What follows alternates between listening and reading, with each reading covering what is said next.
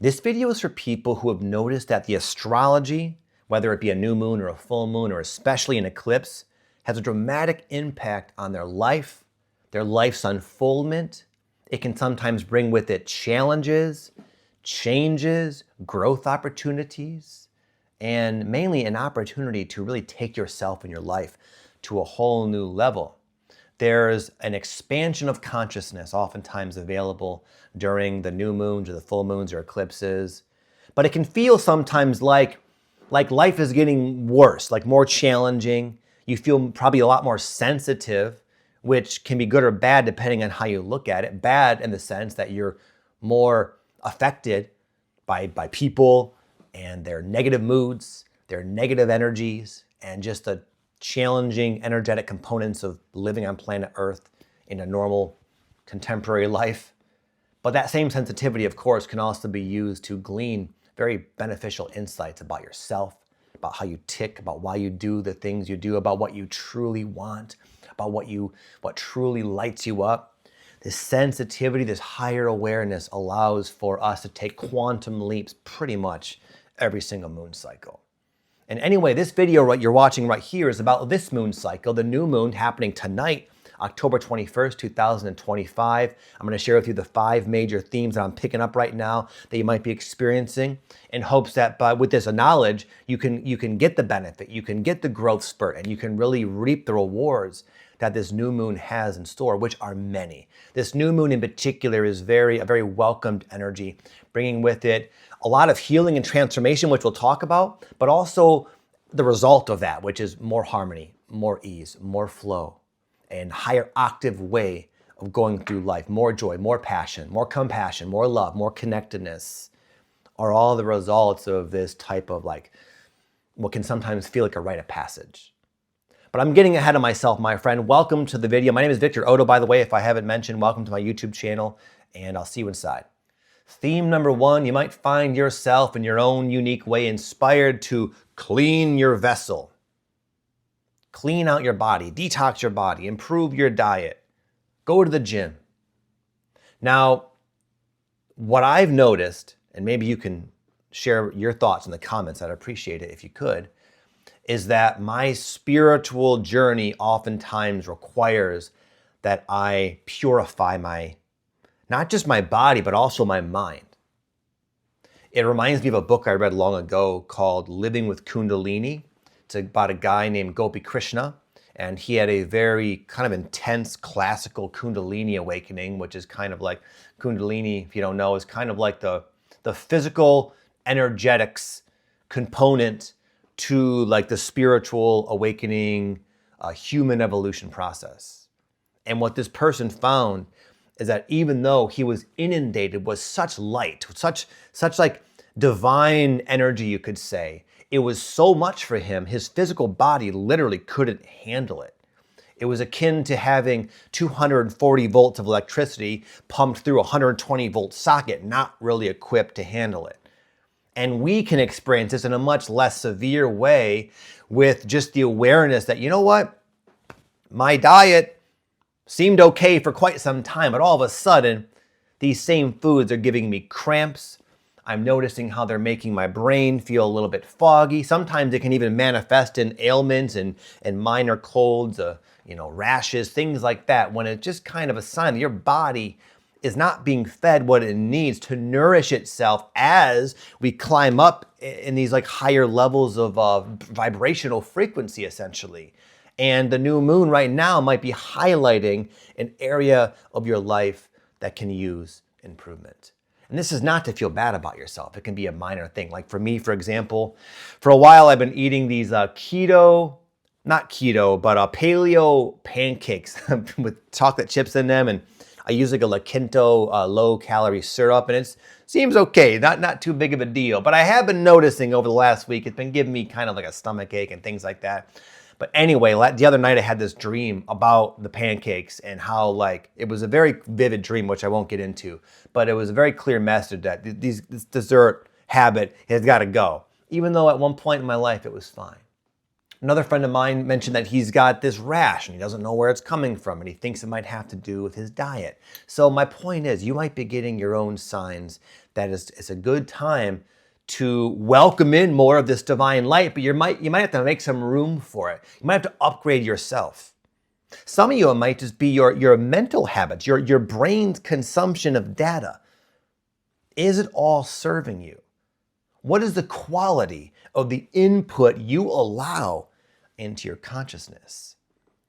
If you're scrolling Instagram for 3 hours a day, well, you can start there. You might notice that this data, it has like an echo effect. If you do something, especially when it's not ideal for you, and then you turn it off, you shut your phone off, it's still kind of there. And you know what? Most people kind of have come to accept this as just normal. But as you continue to upgrade yourself, you'll be given your own signs that even though, again, it was normal and maybe okay for a while, now all of a sudden it's just not going to fly. You're becoming a little bit too sensitive, a little bit too purified, and now is the time to at least temporarily purify your vessel in whatever way resonates and seems obvious to you. Number 2, it's a very powerful time to break out of the invisible fence that you've surrounded yourself with, these self-imposed limitations that are nothing more than echoes of the past, which seem kind of like they're not very powerful, but they are. Sometimes life, a lot of times life will do this, especially around the new moons and full moons. It'll kind of bring you a circumstance, a situation, a challenge maybe, that is so similar to other types of challenges you've had in the past. And what can be kind of discouraging is all those times in the past may have ended in a certain undesirable result. And then here it is again, you think. It's playing out again. Oh my God, I know where this leads. But the question is, do you? Do you know for a fact that history is going to repeat itself? No, you don't. No one does. Yogananda says that our future is determined by 2 things. Number 1, our past. Number 2 is what we choose to do in this moment. We will bring ourselves, attract to ourselves, manifest the exact same fundamental challenge or scenario until we finally pass the test. And the fact that you can even become aware that there's a resemblance and you've been through this cycle before, you have data to reflect upon. And using your own God-given reason and judgment, you can ask yourself how it went in the past. Where was my part in this? What could I do differently? And sometimes it's just having the courage and maybe even the willpower to do something that's a little bit against the grain. And that's how you can kind of find yourself on the other side of that invisible wall. And I'll give an example. I know that seemed kind of confusing. I had this pattern for the longest time earlier on in my YouTube, my YouTube career, basically, where I would put in the work, I would be consistent, and I would work really hard, and I would elevate my stats, where more followers were following me, it was reaching more people, that kind of thing, and I'd have this momentum going for me. But because that momentum kind of scared me, there was a part of me that didn't feel like, there was like a subconscious part of me that for whatever reason was afraid of the responsibility, afraid that I might not be able to keep it going, and just a lot of pressure and all these different things. And what I would do subconsciously is be afraid of the success I was trying to achieve. So what would happen to me is I would lose interest. I would become hypercritical of my work. And these 2 components would cause me to kind of let my foot off the gas. And I would start posting less frequently, and I'd become again more critical. So yeah, I'd become less productive, and then my stats would go back down to a lower but comfortable level. And anyway, on this one particular day, I was running into this same sort of invisible wall that felt like a real block, where I had this video I had to get out. It was I established a schedule, and I had to get the video out, at least according to my own sort of schedule I decided for myself. But I wasn't happy with the video. And I tried many times. I I literally was living in San Diego and I went to different locations. I went to the mountains. I went to the beach. I went to a park. I went to my camper where I was living. And I tried to film that same video about 4 or 5 times. It took me all day. No matter what I did, I couldn't get it to satisfy my requirements. But then because it seemed familiar, it seemed like this is happening again. You have this momentum and you're about to let it go because you're hell-bent on having like the perfect video. And what I did is I sort of recognized the pattern. And then even though it felt like wrong, it felt scary, it felt against the grain to take one of those videos and put it out there, I chose to do it. I wanted to see what would happen. I wanted to push the envelope. I said, you know what, what's gonna happen if I just put this out there? Even though it feels so wrong, it can. Sometimes the wrong choice that we made over and over will feel right. And the right choice will feel wrong because it's new and unfamiliar and scary. Why? I dared to go into the unknown, and you know what happened? It wasn't my best video, but it wasn't a bad video, and that allowed my channel to continue to grow. I broke the cycle by questioning the wall, asking myself, is this wall as thick as I think it is? Are my motives for wanting to take the foot off the gas being influenced by my creative side or by my conditioned fears that have sabotaged my pursuits over and over and over again? Not this time, Jack. No, I'm going to try it. And right now, this new moon might be bringing you a very similar situation, very unique to you and your path, giving you another chance to try something new, to try something different, to test the boundaries of your fear. And what you'll find is that those walls, those blocks, as we like to call them, they're not only invisible and really not inherently real, but not nearly as powerful as they seem. It's like passing through a hurricane. Once it's hard, and then you get into the eye of the storm, and there's peace. Kind of like that. You might feel resistance, rebelling against your conditioning. And the more resistance you feel, usually it means the closer you are to the end. And then you pop out on the other side and you're like, oh, you're good. And then it doesn't have to stop there. Once you get on the other side of that one little blockade, it's not even that big of a deal. You realize, you start to ask yourself, where else am I limiting myself? Where else is this pattern playing out? And the new moon is encouraging us to courageously go outside of our prison cell, basically, and to experience more freedom to be ourselves, more freedom to pursue the things you really want to do but have been putting off for this or that reason. You start to see through it. You start to see that you're kind of doing it to yourself. And when you see that, you realize you don't have to do that anymore. You don't have to listen to the conditioning ever again. Number 3, you might find higher wisdom, books you've read by the masters and sages. Some of the things they say, you might find it starting to kind of sink in more deeply. I don't know about you, but I've read The Power of Now a lot, many times over the years. And every time I pick that book up, I experience it differently. I'm able to apply it and literally experience sort of the results in like a gradually deeper way. And I find that when life is in particularly, like especially challenging, that's the time I find myself going to those types of books. Now for you, it might not be a book. It could be like someone you watch on YouTube, wink, wink. No, just kidding. It could be anything. Any sort of a mentor like figure in your life, whether it's like a spiritual teacher and it could be anything. Honestly, you might find that you can return to that and it can offer you not only comfort, but you might be able to kind of take in some of that wisdom in a deeper way because you're expanding, your consciousness is expanding. And in the beginning of the spiritual journey, it's just like information. It's like interesting, intriguing, stimulating. You might even agree with it or resonate with it on some level, but as you continue to go, there are these sort of windows of opportunity where you finally get to really embody it in a deeper way and then experience the many fruits that can come from whatever it is. Being in the moment, as an example. Something you've heard a million times, but over time you'll find that, oh wow, that really is an option. Maybe I don't have a whole bunch of problems in my life if I don't allow my mind to focus on them. Maybe I can truly focus on just this moment. Which for both of us, there are no problems.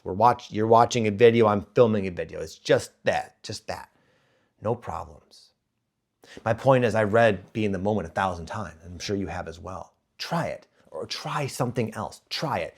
Go back to one of those books and apply it. See for yourself that this is daunting for a long time until it becomes natural to you. And you recognize your improvement with this.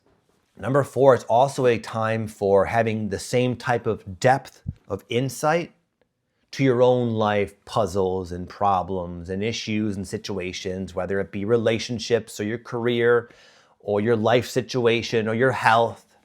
These are always surface level manifestations originating from something usually very old and very deep.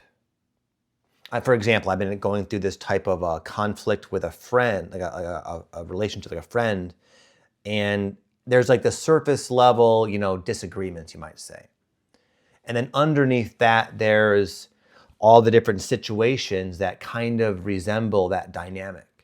And underneath that, there's like an incident oftentimes, usually when we're very, very, very young, that we can hardly remember.